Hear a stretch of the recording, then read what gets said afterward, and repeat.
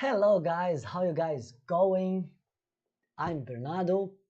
I'm here to share with you some of my method to do the PT test because I had to do it myself 7 times before I passed in 2018 that was. And if you were wondering, Bernardo, that was a long time ago, right? Is this still working or and I'm not gonna tell you the theory that it is. I went there and did the test myself all the 3 times, only in 2021, even after the big change about the reducing time of the test. So it is working. I'll show you guys my score later, and I got full marks. Not exactly 100% full marks, but it was pretty close. I call myself that I got full marks. All right, it was above 80 or 84 or 80 something. And as you can see, I'm not an Australian. I'm from Brazil, very proudly from Brazil. And that's my purpose to be here, right? I didn't get a perfect English, right? I don't have a perfect English, and I got almost perfect score, right? That's why I'm here today, free to teach you guys how to do the same. Yeah, let me see. Okay, all good. All right, let's get cracking. So the topic today will be how to start studying. I have to do a proficiency English test and I don't know how or where to start studying. And I'm here to give you the light at the end of the tunnel so you can get cracking and accelerate your journey, all right? And first thing first, I would like to tell you that don't set aside your dream just because it's too hard or there are not so many people to be invited for the permanent residency, especially here in Australia, or it's impossible, or it's not for me, my English is not good. All of this way of thinking is not gonna help you, all right? Actually, it is gonna delay you, all right? It's gonna make you slow down. And first thing I would recommend to you is to start thinking about who are you hanging out with, right? Because it can be very tricky to be surrounded by people that says that it's all impossible and you're gonna rewire yourself that maybe it's impossible, right? On the opposite way, on the opposite way, if you surround yourself with positive people, right? That's what I'm creating here, right? I'm gonna bring case studies for you guys to learn from and interact with them as well. Regular people with regular English, with all the difficulties, with money, no time to study, right? We all want to um, um, skip the studying sometimes, right? Including me. I don't really like to study, as you will see in the future. But the thing is, if you surround yourself with people that says this is possible, I've seen people and people over and over again getting great marks or going beyond the PTE and getting the visa and building the career in Australia or in another country, your mind starts to operate differently, right? So that's the first thing. All right. With that said, don't study alone. All right. Start actually start telling people what you're about to do, right? In 2018, I was telling everybody about the PTE or the IELTS because I didn't know which test was best for me, and I will explain you later. And that attracts people, attracts the right people, all right? When you say your plans, when you tell the world your plans, you attract better people for your side, all right? And how do I start? Let's go, Bernardo. I mean, I got your message. I'll try to open up my mouth and attract new people, but I don't know where to start studying. All right, I'll tell you what. There are some people that gets to me saying, excuse me, there are a couple of people that approach me saying that they don't have a good, well, really good English. Their English are really bad, right? Really basic, right? And first thing I want to tell you is that don't punish yourself, all right? Don't keep saying over and over again, my English is bad or I don't have a good English, right? I don't have a good English either, yeah? And the main thing for you guys to actually um, start, right, improving, or even people who has a good English. For example, I consider that I have quite a good English, reasonable English, right? Even though it's not perfect, I don't want you to be perfect as well. And I still do what I'm gonna tell you to do now. Okay? So it's very important. Don't subestimate, don't underestimate this. And the thing is, all right, you gotta build it up your English every day. All right. So the main homework for you now is to pick up a topic that you love. Easy homework, right?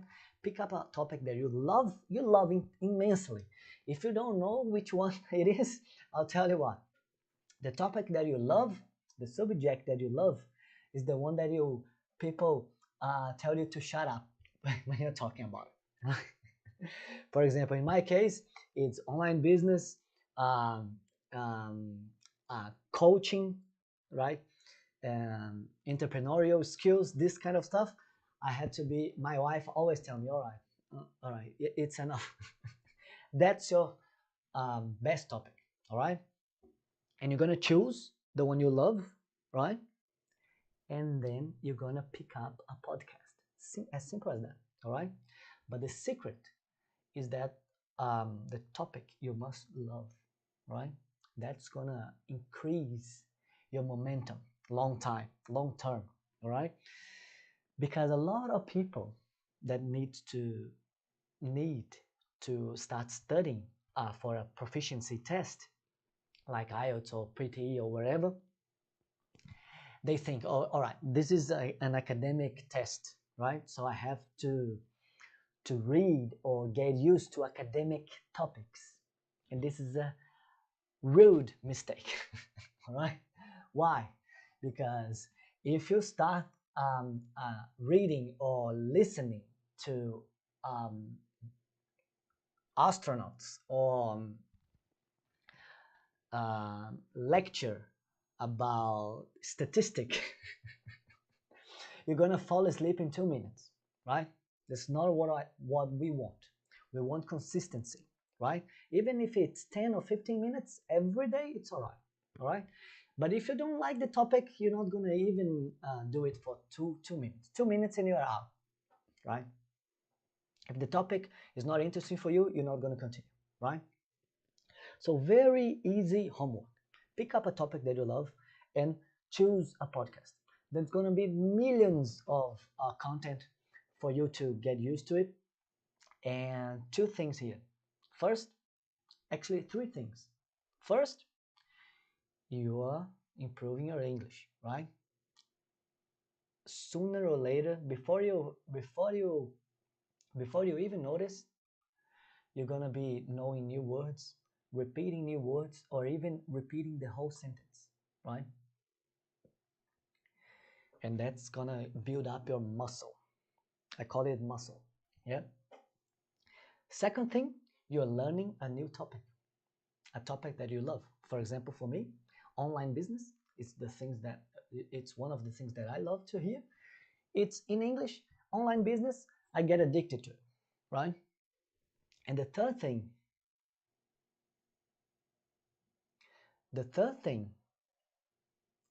um, that I want to mention is related to my assignment services. Hi, do you want to join us as an expert? Yes, send me a direct message and we will have a chat about it. All right.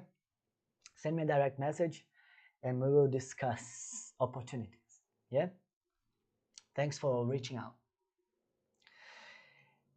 And I was saying, oh, the third thing, it's you're doing the opposite of people trying to learn English, right?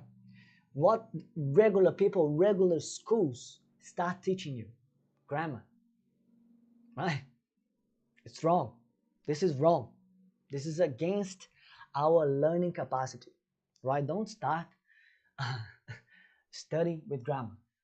Again, you're gonna sleep in 2 minutes. 2 minutes, you're gonna fall asleep, right? That's not what we want. Yep.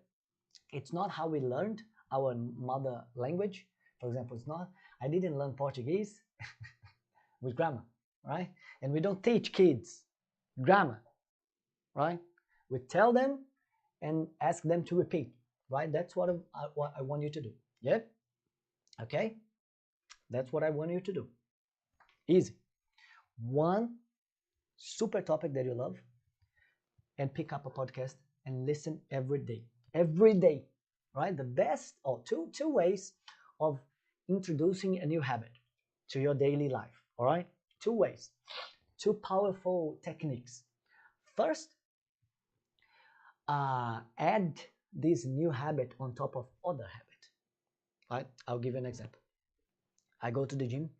i'm very um, I'm very into taking care of my body, right? I'm a big fan of Tony Robbins, and you know, right? Your physiology first, right? And then all the rest of the day, you are in a beautiful state and everything flows. Yeah. So I go to the gym. Yeah. So it's easy for me to listen to a podcast while I'm in the gym, right? I added a new habit on top of another habit. That's what I mean. Yeah. And the second thing is to do it every day, right? Not once a week, not twice a week. Because if you do 3 times a week, it's pretty consistent 3 times a week. But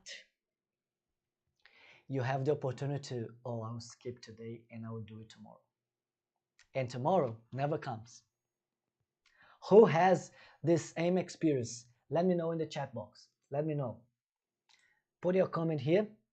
Let me know if you've done that, right? So do it every day, right? If I approach you and tell, yeah, hi, I'm Bernardo, and I'm just started a new project. I want to build up some muscles in my body. I want to gain weight, right? I want to gain weight, and I just started going to the gym once a week. You know what you're gonna think, right? You know exactly what you're gonna think. Bernardo, you are never gonna gain weight. That's what you're gonna tell me. All right? That's the same I'm gonna tell you.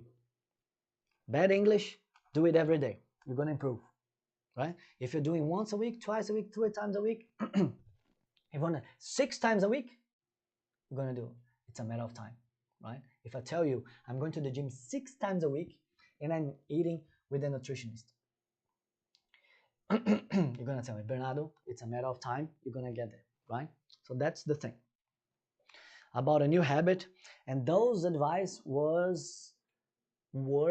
for you guys to have that's think, mostly you guys think that you have a bad English, but you don't actually has this as bad as it seems, right? I can even do another video about quick English tips. You're noticing my enthusiasm in teaching, right? And because I want to make the difference, right? As you can see, I don't have a perfect English, right? And I don't want to. Actually, I want to, but it's not a mandatory thing for me, right? For our success. And now let's jump into, I'll do another video, all right? I promise. I'm gonna do another video with 5 to 10 tips so you guys can, how do you say? You can improve your English quickly, right? And in a fun way. You don't have to be bored out of your mind, sitting down, reading about statistics. All right, I'm not. That's not what we want. Yeah. All right. Now there are several tests. All right. Second thing that I used to hear a lot. Bernardo, I know that you are great on the English test, so give me everything. I need to do the IELTS. And I tell people, you don't need, actually, you don't need to do the IELTS test. Yeah, you need to do a proficiency, English proficiency test. Right, that's what you need to do. And there are four of them, four different ones, so you can choose. Right, it's not mandatory to do the IELTS test. It's pretty famous out there in the world. It's one of the famous, the most famous tests. But as a pretty experienced in the IELTS, I did it 3 times, right?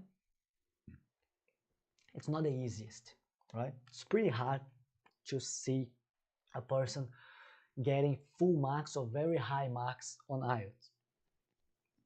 And I'm not gonna say that it's easy or easier, but it is possible or more possible to get high marks or full marks in the PTE test, right? I'm going to explain a little bit later, but I just want you to know that there are 4 different English tests. Yeah, English is the IELTS is the most famous one. PTE, there is TOEFL, and there is Cambridge. Maybe there are more, but the main ones are these ones. And for Australia, for the countries Australia and New Zealand, PTE is accepted with no restrictions, right? Any university, every university in Australia and New Zealand accepts the PTE test, and you can apply for any type of visa. All right. So don't be afraid to do the PTE test, thinking that there will be restrictions or not every university accepts. This is totally untrue. All right. Any um, institution accepts, and you can apply for any visa according to the Australian and New Zealand government. All right. Okay. So we're gonna go with the grades, with the score marks. Yeah.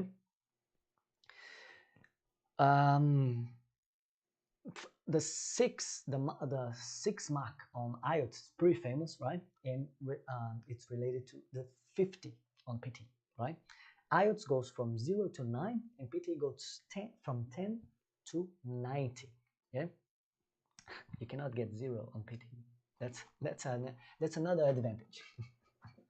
You can get 10 is the minimum, and then it goes from 10 to 90.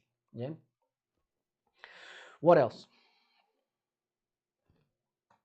What else? All right. So for you to validate, to accreditate your diploma here in Australia, have to get a minimum of 50 in PT, which means 6 in IELTS, right? And sponsorship visa, graduate visa, you can do all with for mark 50, right? And what else? And the next mark will be 65, which is 7 on IELTS, right? Refers to 7 on IELTS.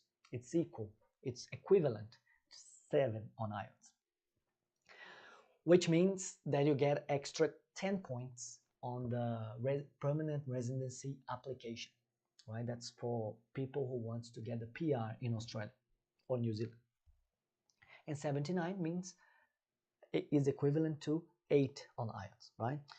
It hasn't changed, and it is what it is, right? There was 1 year ago, I think, there was a news saying that it's going to change, PTA is going to be harder. Same thing, according to the official Australian government website, right? So, how do I start studying for this PT? You convinced me, Bernardo. You convinced me. I want to do the PTE now. I want to do the PTE. What do I need to do? First thing that you need to do is know the which tasks are worth more points, right? In a said differently, in the IELTS test, for example, the listening part, you can choose, you can make a mistake in any of them. For example, there are 40. If there are 40, you can miss any of them. You're gonna lose 1 point, or you get any question correct, you get 1 point, right? So for you to get half of the test, you need to get 20 correct answers out of 40, right? Any of them. Doesn't matter if it's the beginning of in the end, right? They are all weight the same marks. Now in the PTE test, right, there is this difference. There are tasks that are way more important than other tasks. That's the thing. That's the main thing. That's the main difference. And for you to start studying, I want you to start studying for the most important ones, right? Not with the easy ones. That doesn't, you don't earn any so many points, right? So the first thing you have to know is that PTE has 20 different tasks, but if you get the first half, which means 10 tasks, you're gonna cover more than 80% of the points, right, of the marks. So you don't want to make the mistakes, then make the mistake of studying hard, not so important questions, right? So the first thing you need to do is the order of priority, right? Order of importance, right? And I'm gonna give you a link down below this video, which you can download my PTE manual, which the first thing I'm gonna teach you is the sequence, right? The order of importance. So you don't waste time studying non-important questions, right? And I'm gonna tell you all the questions now because I don't know by heart actually. That's why I call it manual. I always get back to it to refresh my memory. Yeah.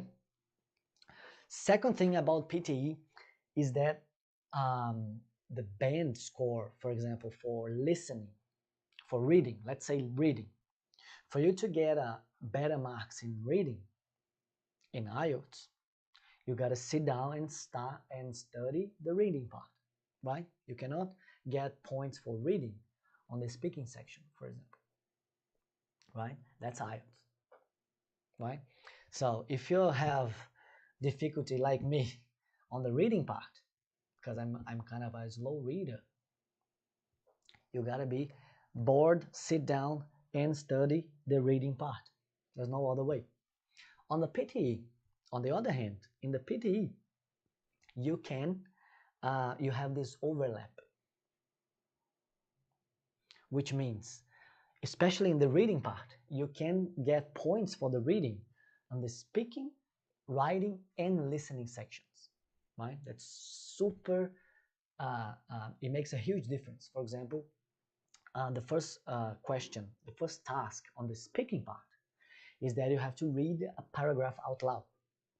As you're reading, you earn points for the reading part, right? That's a very, very good advantage about the PTE, right? And then after you've done this, you know which one there is this overlap and the order of importance. You have to know the sequence of the test, right? Which doesn't mean that it is following the importance order, right? But you have to know the sequence of the test, because as you go along doing the test on PTE, you cannot go back. You can never go back, right? On IELTS, besides the listening part, you are given the test and you can do the easy ones first and then go back, right? On the PTE, you only go forward, right? You can never go back. So one task appears on the screen right in front of you, you got to know exactly what you have to do. And then you, as you're done, as you are done with the task, you press next, and then you go to the other question. So you can never go back, which means that you have to know the order, right? Otherwise you get lost. What do I have to do? And PT is pretty quick. You don't have time for that. That's the third step, right? So order of importance, overlap, and the sequence of the test. And the fourth step would be to get to know what you actually have to do on the test, on the each task, right? Each question, right? For example, I just told you the first one on the speaking, the first one of the test actually, is that you have to read a paragraph out loud, which means that a paragraph appears on the screen and you have to read it out loud, right? So basically, you know already the first question of the task, or the first task of the test, right? And you have to know all these type of questions so you don't get lost, right? It seems a bit too much, 20 different tasks, but you see, as I mentioned before, the top 10 will make a lot of difference on your marks, all right? And the fifth step will be to know the special techniques that you can apply on the PTE test, all right? I call it Bernardo Polacek method, right? Because I developed the method. Why? What's the difference? On the IELTS test, a person, will give your score, will read your essay, for example, what you've written, and based on the ideas and coherence, they give you the score. On the PTE, it's a machine.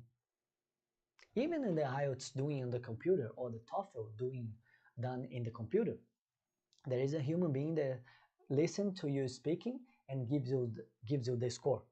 On the PTE, you can oh, it's not on the PTE, the computer gives you the score, all right? So there are things that your computer doesn't